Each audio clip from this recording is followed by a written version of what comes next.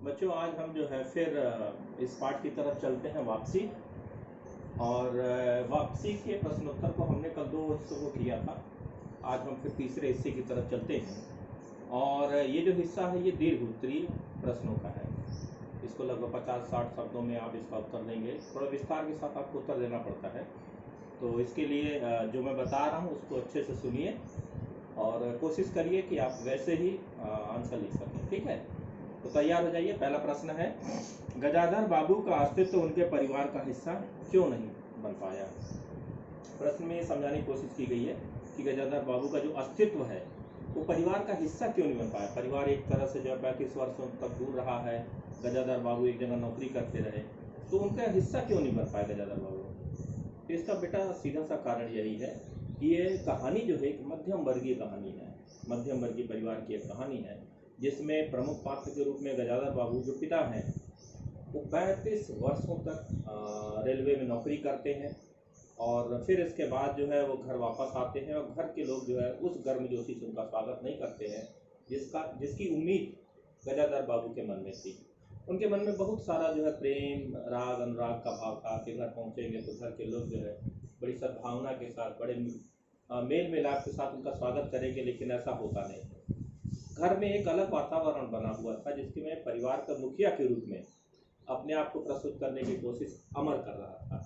और वो जो सबसे बड़ा लड़का था, इसलिए ये मानने लगा था कि वही परिवार का मुखिया हो गया है। और फिर इसके अलावा जो नरेंद्र है, कांति की तो शादी हो चुकी थी, वो तो अपने घर जा चुकी थी, लेकिन बसंती है और यहाँ तक कि पत्नी, सभी लोग निश्चिंत होकर अपने अपने तरीके से जीवन यापन कर रहे थे।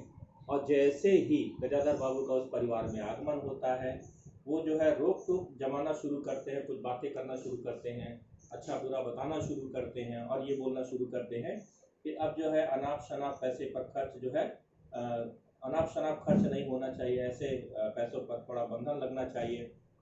तो परिवार के सभी लोगों को बुरा लगता है। उन्हें लगता है कि अब जो है उनके हर काम में पिताजी बंधन लगा रहे हैं। पत्नी को भी लगता है कि उनके पति जो है हर चीज़ में जो है रोक टोक कर रहे हैं और नौकर को हटाने की बात कर रहे हैं, बसंती को जो है काम देने की बात कर रहे हैं कि जो है तुम रात का खाना बनाया करो। इन सब चीज़ों को लेकर परिवार में जो है एक चिड़ सी उत्पन्न हो गई। उन्हें लगने लगा कि उनकी आज़ादी में बाधा पहुंच रही है।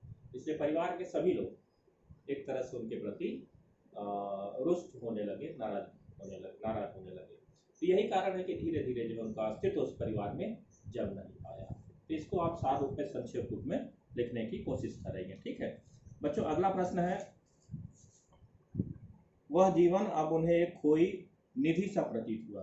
गजाधर बाबू को जो है पुराना जो जीवन था जिसमें उन्होंने 35 वर्षों तक जो है रेलवे में नौकरी करते हुए अपना जीवन यापन किया था और रेलवे के बड़े विस्तृत और बड़े भव्य क्वार्टर में वो रहते थे, जहाँ पर जो है गणेश जी उनकी लगातार सेवा किया करता था।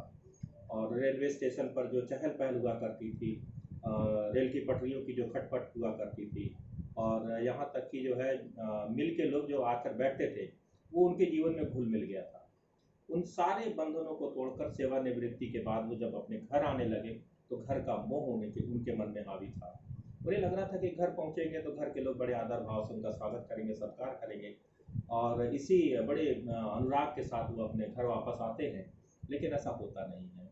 ठीक है, और ऐसी परिस्थिति में उन्हें महसूस होता है, बड़ी गंभीरता से महसूस होता है जब यहाँ तक स्थिति आती है कि उनकी बैठक में जो है उनकी जगह को ख़त्म कर दिया जाता है। बैठक में भी समझौता करते हैं। घर का मालिक व्यक्ति एक बैठक में जो है कुछ कुर्सियों पर आके अपनी खटिया पर अपनी खटिया जमाना चाहता है, वहीं रहना चाहता है, लेकिन उसके लिए भी रोक टोक शुरू हो गई और उनके जो बिस्तर है, उनकी जो खटिया है उसे भंडार खाने में कर दिया गया।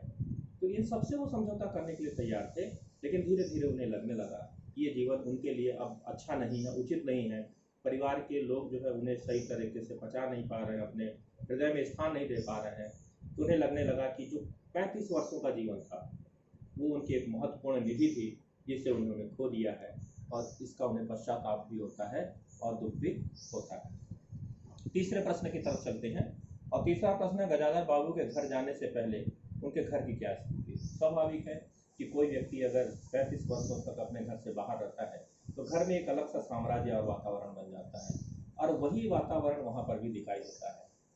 अमर बड़ा लड़का था, उसका पूरा उस घर पर अधिकार था, उसके कहने पर ही सारे कार्य हुआ करते थे। और उसके दोस्तों का जो घर में जमावड़ा लगा रहता था, बेरोक टोक लोग आते जाते थे और दिन भर उनके लिए नाश्ता पानी बनाया जाता था।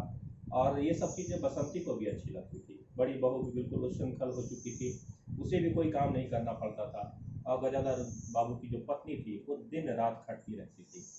नरेंद्र भी जो है अपने मन का जो है राजा हो चुका था, और वो कॉलेज जाना है नहीं जाना है, बसंती को भी कॉलेज जाना है नहीं जाना है, इन सब चीज़ों को लेकर एक अलग सा परिवार में वातावरण बन चुका था।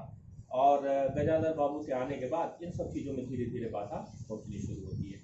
तो गजाधर बाबू 35 वर्षों तक जहाँ थे, उसके बाद उनके घर की स्थिति कुछ इस तरह की दिखाई देती है।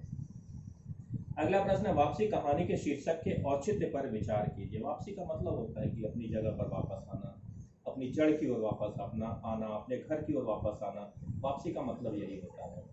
अब यहाँ पर जो प्रमुख बात है कि 35 वर्षों तक गजाधर बाबू जहाँ रेलवे स्टेशन पर काम करते रहे, क्या जड़ें उनकी वहाँ पर थी, या 35 वर्षों में दूसरी जगह रहकर अपने घर को जो उन्होंने बनाया, संवारा, सबको शिक्षा दीक्षा दी, शादी विवाह किया, एक प्रेम पूर्ण वातावरण देने की कोशिश की, सबको सुखी और समृद्ध रखने की कोशिश की, जड़ उनकी कहाँ पर है।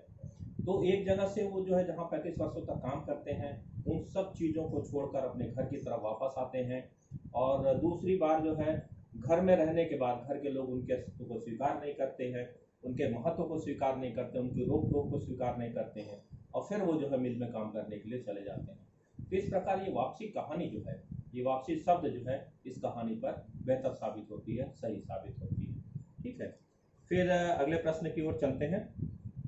और अगला प्रश्न है, गजाधर बाबू ने पत्नी के स्वभाव में क्या क्या परिवर्तन देखे।